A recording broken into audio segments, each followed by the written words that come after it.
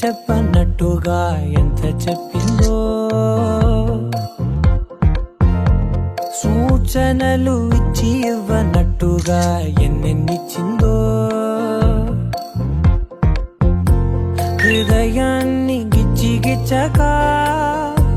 ప్రాణాన్ని గుచ్చి గుచ్చక చిత్రంగా చెక్కిందిదే